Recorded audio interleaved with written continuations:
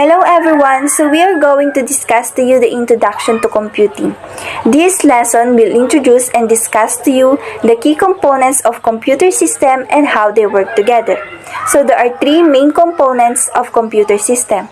We have the hardware, second one is the software, and the third one is the peopleware. Computer associated equipment is called the hardware, while computer software is a collection of instruction which tells what to do with the hardware. And the last one is the peopleware.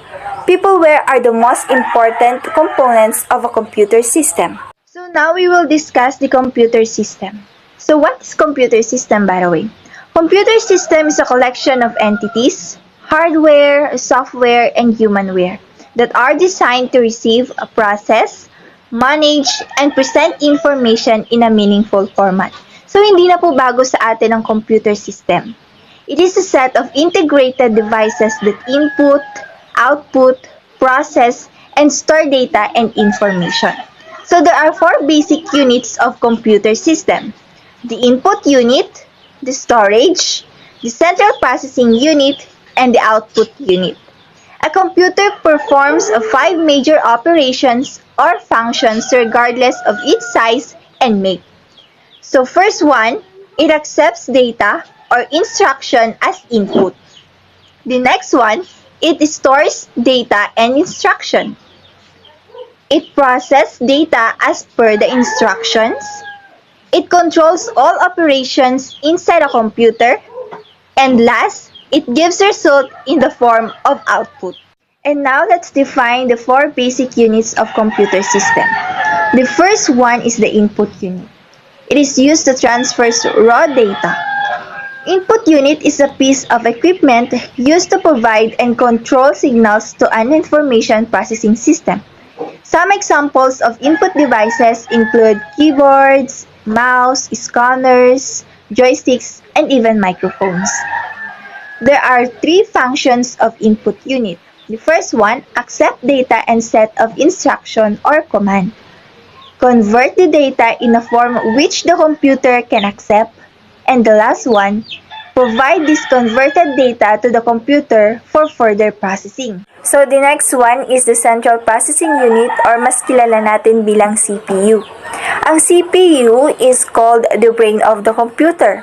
It executes instructions comprising a computer program. CPU consists of three parts, namely the control unit, arithmetic logic unit, and the primary storage unit. So ano nga bang pagkakaiba ng mga yon? First one is the control unit. Ang control unit regulates and integrates the operation of the computer, while arithmetic logic unit is a circuit in a computer's central processing unit that performs basic mathematical calculations. And the last one is the primary storage unit. Ang primary storage unit ay mas tinatawag na main memory.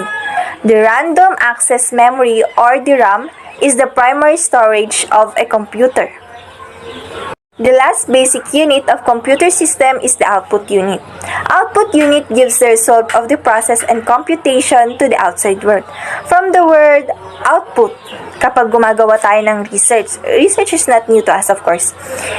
Sa laptop or desktop tayo gumagawa. And then, pagkatapos na natin yung research natin, syempre, ipiprint na natin siya.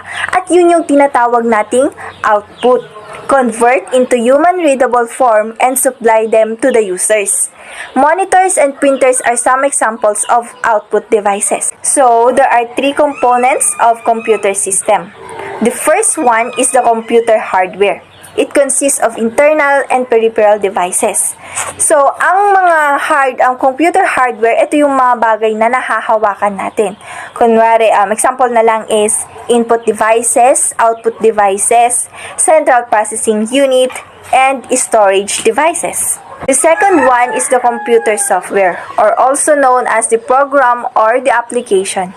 It gives intelligence to the computer, comprises the entire set of programs, procedures, and routines associated with the operation of a computer system.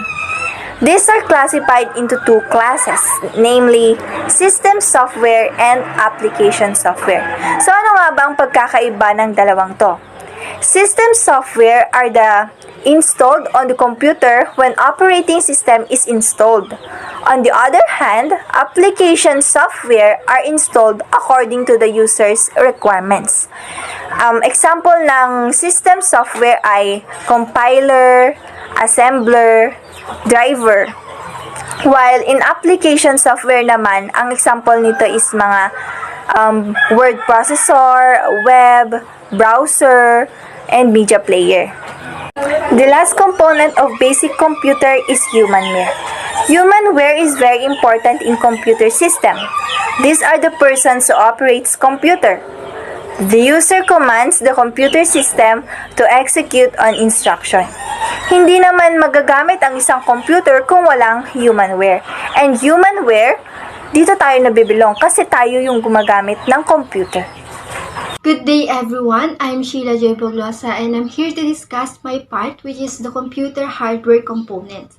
So first, let's define hardware. Hardware consists of all the machinery and equipment in a computer system. Ito yung mga tangible components that are required for the computer system to function. And there are 5 main components of a computer hardware system. These are the input devices, processing devices, storage devices, output devices. So, itong apat na to yung nasa module, pero based on my research, kasama dito ang communication devices. So, let's start with the input devices. Input devices is any electronic devices that are connected to our computer and produce input signal. So, input devices is important because it allows us to interact and add new information to our computer.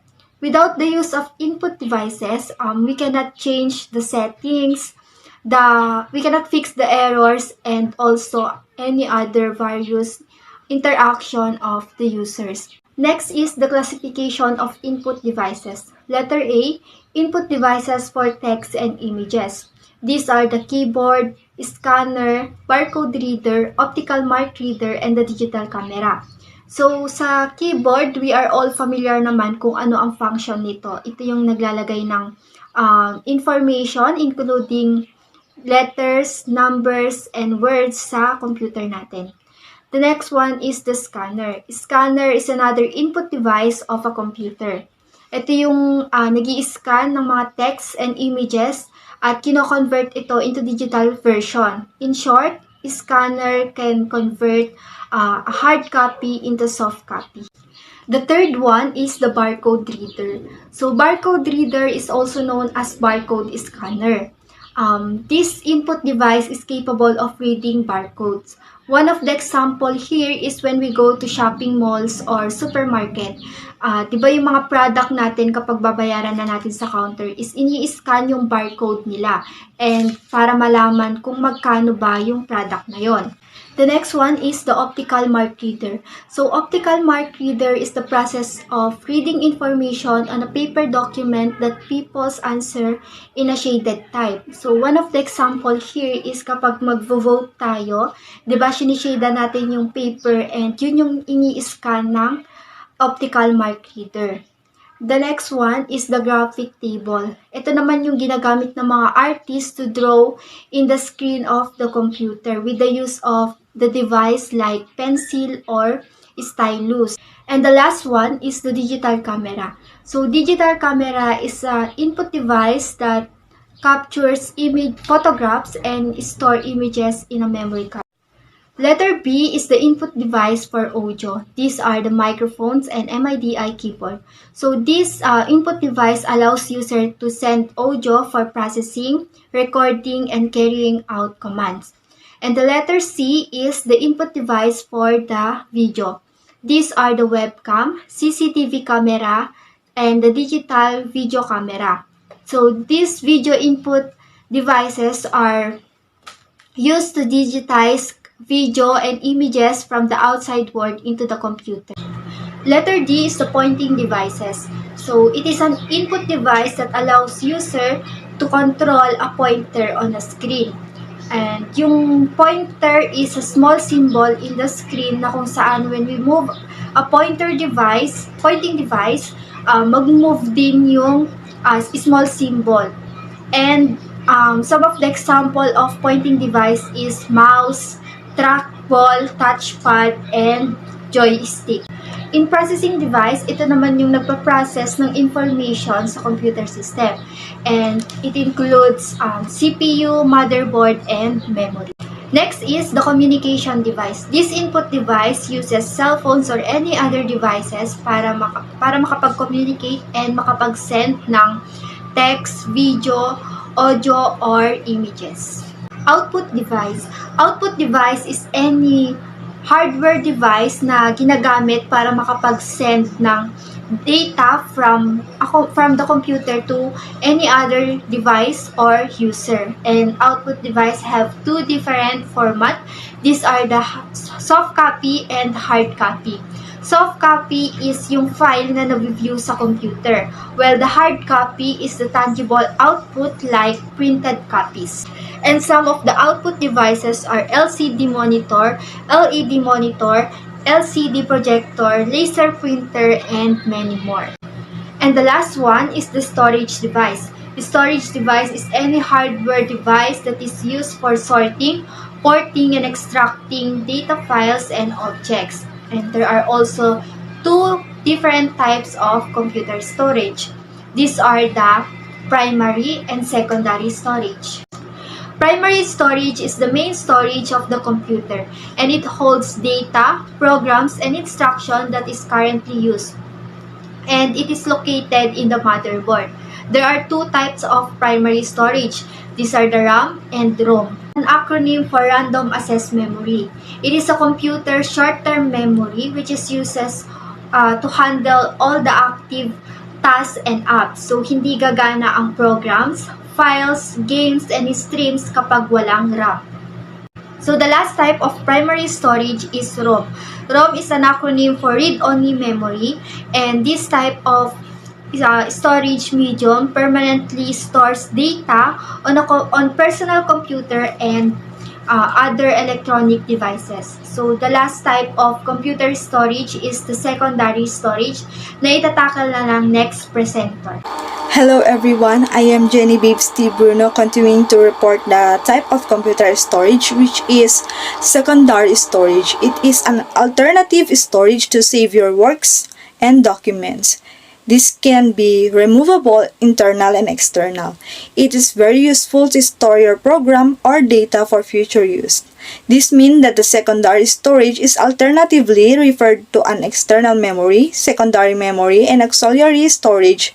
A secondary storage device is a non-volatile device that holds data unit until it deleted or overwritten. Secondary storage is about 2 orders of magnitude cheaper than the primary storage. There are 3 types of secondary storage device. First is magnetic medium, second is optical medium, third is flash memory.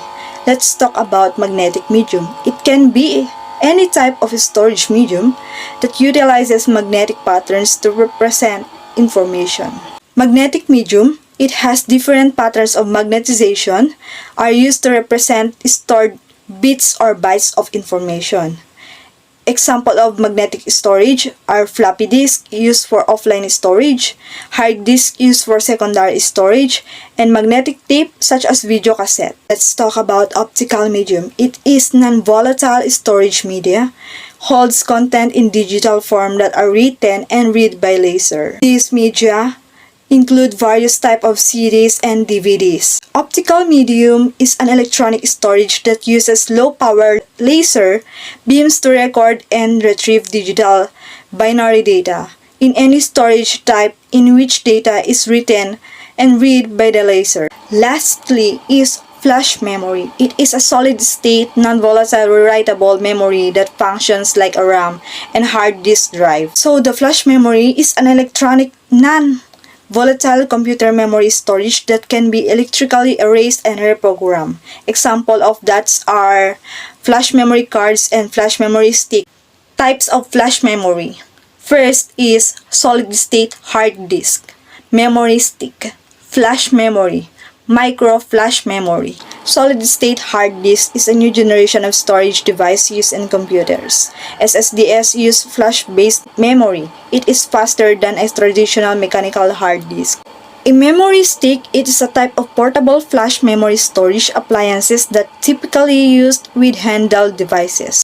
Memory chip, used for storage and transferring data between the personal computer or PC and digital devices. The micro flash memory card, it is one very small flash memory card. It is a memory card used in mobile phones, GPS, dashcam, drone, and other digital devices. System unit. The system unit is a box-like case that houses the computer's main hardware components. A system unit is a part of a computer that houses the primary devices that perform operations and produce results for complex calculation. It includes the motherboard, CPU, RAM, and other components, as well as the case in which these devices are housed. Good day everyone. So I'm the next reporter. My name is Princess Navy Bulacan. So parts of the system unit. First is the motherboard. Motherboard is the backbone that ties the computer's components together at one spot and allows them to talk to each other. Without it, none of the computer pieces such as the CPU, GPU, or hard drive could interact. Second is the hard disk drive or the HDD. It is a hardware component that stores all your digital content. Third is the optical disk drive. In computing, an optical disk drive is a disk drive that uses laser light or electromagnetic waves within or near the visible light spectrum as part of the process of reading or writing data to or from optical disk. Fourth is the random access memory or RAM. It is a computer's short-term memory, which it uses to handle all active tasks and apps. None of your programs, files, games, or streams would work without a RAM. The central processing unit. It is also called a central processor, main processor, or just processor. It is the electronic circuitry that executes instructions comprising a computer program. The CPU performs basic arithmetic logic, controlling and input-output operations specified by the instruction in the program. So computer supplies. Computer supplies means the punch cards, magnetic disc or diskettes, optical disc or diskettes, paper, microfilm, and any other tangible input, output, or storage medium used in the connection with the computer, computer network, computer data, or computer software. 7 is a heatsink. It is an active cooling solution used to cool down integrated circuits in computer systems, commonly the central processing unit or the CPU. So next is the network card. The network card operates as a middleman between a computer and the data network. For example, when a user requests a web page, the computer will pass the request to the network card, which converts it into electrical impulses. The card can accept an analog sound as from a microphone or audio tape and convert it to digital data that can be stored an audio file, or it can accept digitized audio signals as from an audio file and convert them to an analog signals that can be played on the computer's speakers. Next is graphic card.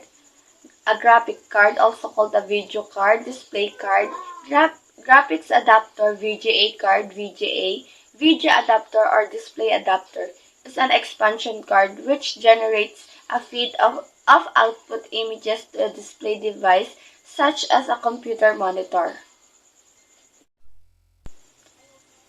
Chipset. A chipset is a set of electronic components in an integrated circuit known as a data flow management system that manages the data flow between the processor, memory, and peripherals. It is usually found on the motherboard. Cooling fan is any fan inside or attached to a computer case used for active cooling. Fans are used to draw cooler air into the case from the outside, expel warm air from inside, and move air across a heatsink to cool a particular component. The CMOS battery, or the complementary metal oxide semiconductor, is a firmware which is responsible for booting up your computer and configuring data flow. IDE controller. An IDE integrated controller sends an array of 512-byte blocks between the drive and the motherboard, which houses up to 4 chipset-controlled IDE devices within one system. SATA controller, or the Serial Advanced Technology Attachment Controller, is a hardware interface that connects a hard drive to a computer's motherboard and manages or directs the flow of data. Computer software. Computer software comprises the entire set of programs, procedures, and routines associated with the operation of computer system. The term was coined to differentiate this instruction from hardware, the physical components of a computer system. Good day everyone, my name is Flory Carabacan. Today I will present to you one of the broad categories of software, which is the system software. So first, let me define you what is system software. A system software is a type of computer program that is designed to run a computer's hardware and application programs. So the operating system manage all the other programs in a computer. So napakahalaga ng isang system software dahil hindi natin mapapagana ang isang computer kung wala ito. System software allows other software and the other users of the system to see it as a functional unit without having to be concerned with the low-level details such as transferring data from a memory to disk or rendering text onto a display. There are types of system software. The first one is the operating system. Operating system is a software that controls and monitors the running of applications, and it provides a platform for software developers who have to design apps with the operating system in mind.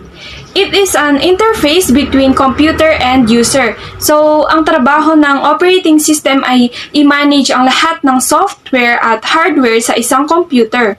So, most of the time, there are several different computer programs running at a time, and they all need to access your computer's central processing unit or CPU, memory, and storage. So the operating system coordinates all of this to make sure each program gets what it needs. So let's move on to the functions of the operating system, and these are the functions of an operating system. Letter A, memory management. The operating system has to allocate memory to each program that is running, including itself. So, ang memory management ay nag-handle at nagmamanage sa primary memory. Letter B, resource allocation and sharing.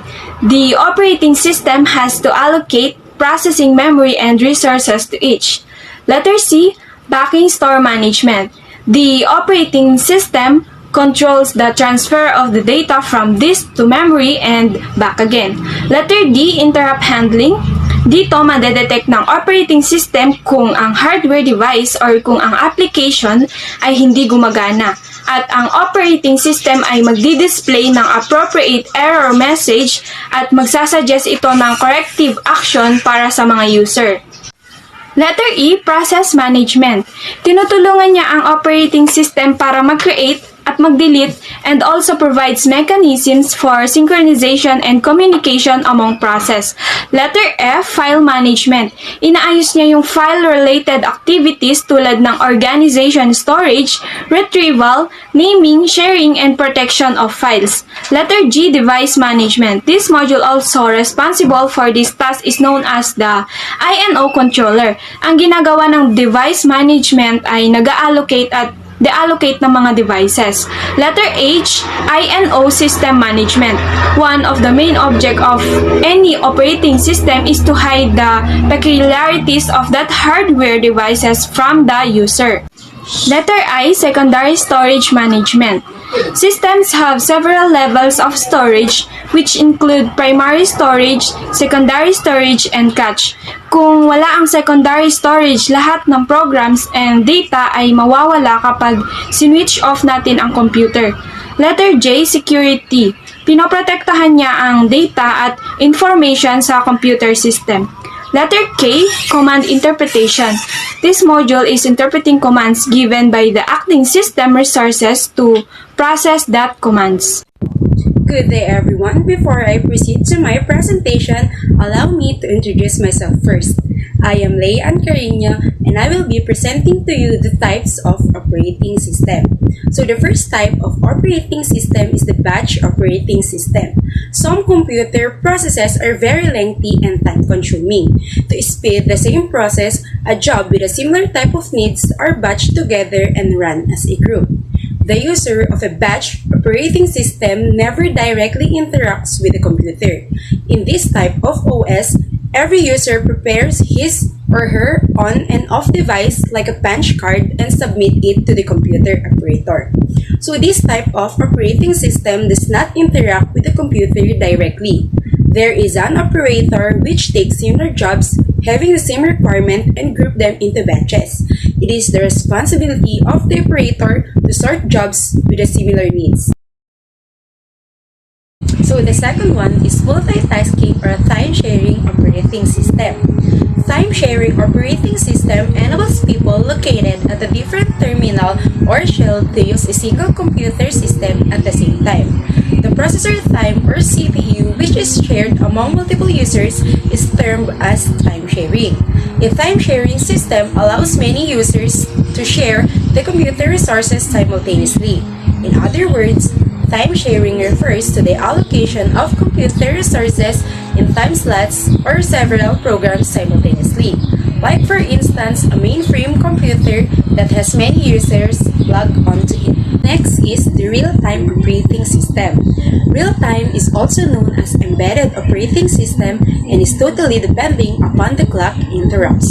A real-time operating system time interval to process and respond to inputs is very small.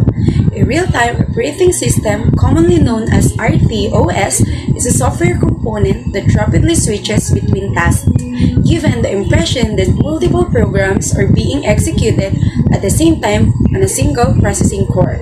Some examples of RTOS or real-time operating system are military software system, space software system, heart pacemaker, network multimedia system, robot, and many more. So the fourth type of operating system is distributed operating system. It is used in many processors located in different machines to provide very fast computations to its users. It is a model where distributed applications are running on multiple computers linked by communication network. It is also an extension of the network operating system that supports higher level of computations and integrations of the machines on the network. A distributed operating system is a system software over a collection of independent, network, communication, and physically separate computational nodes. They handle jobs which are serviced by multiple CPUs. Each individual node holds a specific software subset of the global aggregate operating system. Some examples of DOS or distributed operating system are high-speed laser printers, phototype setters, type drivers, and number crunchers. The fifth type of operating system is a network operating system. Network operating systems runs on a server. It provides the capability to serve, to manage data, user, groups, security, applications, and other networking functions. A network operating system, or NOS, is a computer operating system that is designed primarily to support workstations, personal computers, and in some instances, older terminals that are connected on a local area network. These are the some examples of network operating system: Microsoft Windows Server, UNIX, Linux, Mac OS X, Novell NetWare, and BSP, which are using to run the server programs and applications. So the last type of operating system is the mobile operating system. These are those operating systems which is especially that are designed to allow and power smartphones, tablets, and wearable devices to run applications and programs. Some most famous mobile operating system are Android and iOS, but others include BlackBerry Web and watchOS. A mobile operating system is a operating system built exclusively for mobile devices such as a smartphone, personal digital assistants or PDA, table, and other embedded mobile OS. The MOS or mobile operating system found in a smartphone including Symbian OS, iPhone OS, BlackBerry, Windows Mobile, Palm Webs, and Androids. Good day everyone, I'm Rica Joy Castillo and I'm going to present the examples of operating system. First is the Unique operating system. It was first created in the Bell Labs way back in the 1960s. It still leads the industry as the most common operating system for web servers. Unix operating system, it's a control program that helps the user communicate with the computer hardware. It allocates the computer resources and it schedules tasks. It allows you to make use of facilities provided by the system. Unix provides some powerful features like interactive multi-user support, inter-process communication, and extensive network support. Second one is the Macintosh operating system, developed by Apple Computer in January 24, 1984. It is pre-installed on the Macintosh 128K model computer. The Mac operating system is credited for the widely used feature of every operating system to date. Macintosh operating system, proprietary operating system for computer made by Apple Corporation. It lets you do things simply can't do with other computer. That's because it's designed especially for the hardware it's run on. Also, it works hand in hand with iCloud to keep photos, documents, and stuff up to date on all your devices, and it's built from ground up with privacy and security. The use of icons, buttons, and a pointing cursor and the point-and-click command to execute instruction rather than usual command line-driven interface. The third one is the Microsoft this operating system. It's commercialized by Microsoft. It is command line-driven interface program where the user interacts with the computer through command prompts to execute different programs.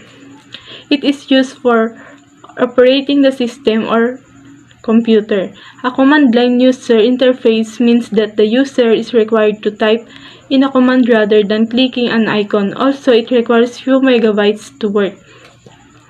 Microsoft this operating system provides features essential to control hardware devices such as keyboards, screen, disk devices, printers, modems, and programs.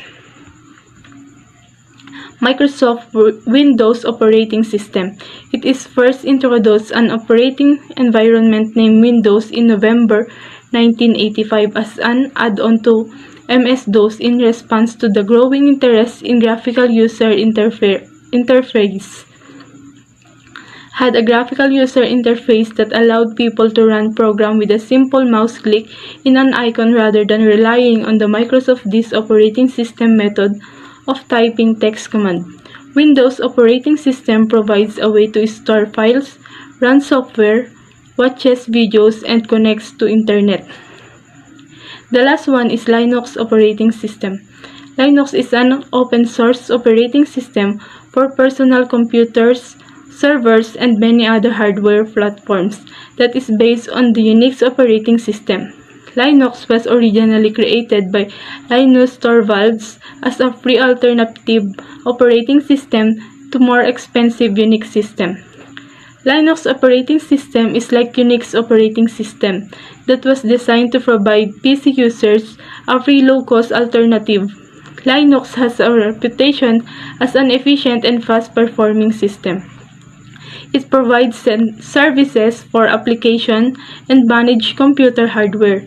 It is a free operating system unlike Windows which has to be purchased. Also, it's being open source. Anyone with programming can modify it. Linux is high secure system. There are several operating systems that use the Linux kernel. This includes Ubuntu, Debian, Red Hat, Fedora, Chrome operating system, and Android smartphones. Utilities program. These are the small powerful program with unlimited capability. They are usually operated by the user to maintain a smooth running of the computer system. Utilities program, it performs specific tasks, usually related to managing or maintaining the computer system. The various example includes file management, diagnosing problem, and finding out information about the computer. Notable example of utility programs include copy, paste, delete, file searching, and disk cleanup.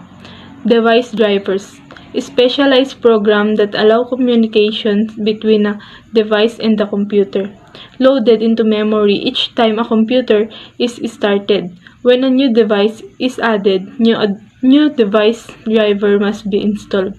Computer programs that operates or control a particular types of device that is attached to a computer. Some example of this is the hard drives, USB flash drives, mouse, CD, and printer that need device drivers to operate. So let's proceed to the application software. It's a type of software that performs tasks to directly benefit or assist the user. It is installed on top of an operating system such as MS Windows. It helps to use perform specific tasks. It's perform personal, educational, and software business. Some example of this app that we use in work or in studies is the Microsoft Word, WorkPad, Notepad, spreadsheets, software, database, and web browsers. Types of application software. Proprietary application software and customized software. It is software designed for a particular customer. In this case, we need to hire a computer programmer or software creator to develop software for the customer. It means that the company that developed the software owns the software and no one may duplicate it or distribute it without the company's permissions. Users have to pay the software company if they want the proprietary software. Also, software can be subject to copyright and users acquire license to use the software, which may have restrictions on them. Customized software. Software that is made for an individual or business that perform tasks specific to their needs. Custom software developed is the process of designing, creating, deploying, and maintaining software for a specific set of users, function, or organization. Packaged software. It is the kind of the shelf application software programs developed for sale to the general public. It can be purchased programs, leased, or rented from a vendor that develops programs and sells them to many organizations. It is the compilation of programs which are grouped together in order to provide publicly with different tools in the same group. The best example of packaged software is the Microsoft Office that has many tools and grouped together. For example, Microsoft Office, Access, Excel, Note, and PowerPoint. Good day everyone, I'm the last reporter. My name is Joy Reniel M. Changolan. I will discuss about the examples of application software. So there are 10 examples of application software. Number 1 is the word processing software. This tool is to create worksheet, type letters, and type papers. It refers to the act of the using computer to create, edit, save, and print documents. The examples are MS Word, WordPerfect, MS Work, and Application Work. Number 2, desktop publishing software. So this software is to make design for creating visual communication, such as brochure, signs, banner, greeting card, illustrative worksheet, newsletter, web page, poster, business card, and more professional or personal printing online or on screen. The following examples are Adobe Maker, MS Word, MS Publisher, AppleWorks, MS Work, and Quirk Express. Number 3, spreadsheet software. So this kind of a tool is to compute number-intensive problems such as budgeting, broadcasting, and more. It's capable of organizing, storing, and analyzing data in tabular form. It can provide digital stimulation of paper accounting worksheet, and can also have multiple interacting sheets with data represented in text, numeric, or in graphic form. The following are MS Excel, Quadrupo, Lotus, MS Work, and Apple Work. Number 4 is the database software. So this software is to store data such as address, membership, and other text information, to maintain database files and records, and to help users to manage data in form of structured fields, columns, and tables. The following examples are MS Access, FilmMaker Pro, Apple Work, and MS Work. Number 5, presentation software. So this kind of a software is to create multimedia, stackable cards or screen that can effectively present a lesson. So this software is basically designed to allow users to create a presentation of ideas by stringing together like text, image, audio, or videos. Like for example is the MS PowerPoint, Apple Works, and many more. Number 6, internet browser. So this kind of a software allows one to surf the web. Often they can read email and create web page too. It can inform from other parts of the web and display it on your desktop or mobile device, which define how text, image, and video are transmitted on the web. Examples are Netscape Navigator or Netscape Communicator, MS Internet, Google Chrome, and many more. Number 7, email programs. These programs send and receive emails, also known as an email client, mail program, and mail reader. It provides the ability to send and receive emails, messages, and file attachment. Examples are Netscape Messenger of Netscape Communicator, MS Outlook Express, and many more. Number 8, graphics program or pixel-based. This software allows one to attach up photographs and create graphics from scratch. This software refers to a program or collection of programs that enables a person to manipulate image or models visually on a computer. Examples are Adobe Photoshop, Paint, Shop Pro, Apple Works, MS Word, and many more. Number 9, graphics program, vector-based. This software creates graphics that are similar to illustrations or cartoon drawings, allow users to design and manipulate computer image using geometric and mathematical commands, rather than clicks and strokes are as used in a drawing software. Examples are Adobe Illustrator, Apple Works, MS Work, and MS Word. Number 10, communication software. This software allows the computer with moderns to communicate through audio, video, and or chat-based means.